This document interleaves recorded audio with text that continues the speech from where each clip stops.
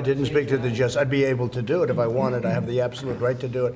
I stay out of things to a degree that people wouldn't believe, but I didn't speak to him. I thought the recommendation was ridiculous. I thought the whole prosecution was ridiculous. And I look at others that haven't been prosecuted, or I don't know where it is now.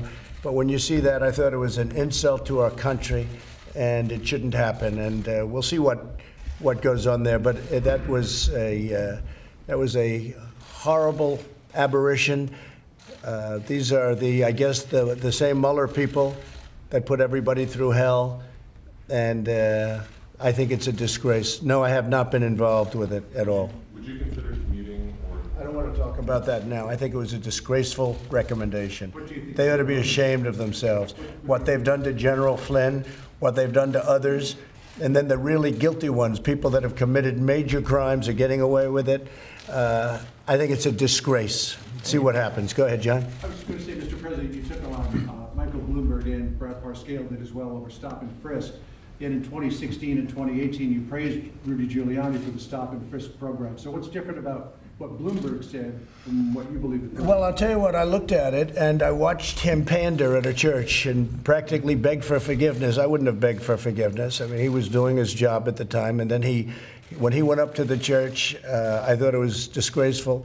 But I put something out, and it was pretty nasty. And I thought, I'm looking to bring the country together, not divide the country further. But when he went up to a church and he apologized for everything he's ever done, that was only for getting votes. And I think probably people understand that. Yeah, please. I am. I just spoke with Prime Minister Modi, and it's going to be I don't know who's going, but he said we will have millions and millions of people. My only problem is, so last night we probably had 40 or 50,000 people, far more than anyone else. But when we have 50,000 people nowadays, fellas, I'm not going to feel so good, because he thinks we'll have 5 to 7 million people just from the airport to the new stadium.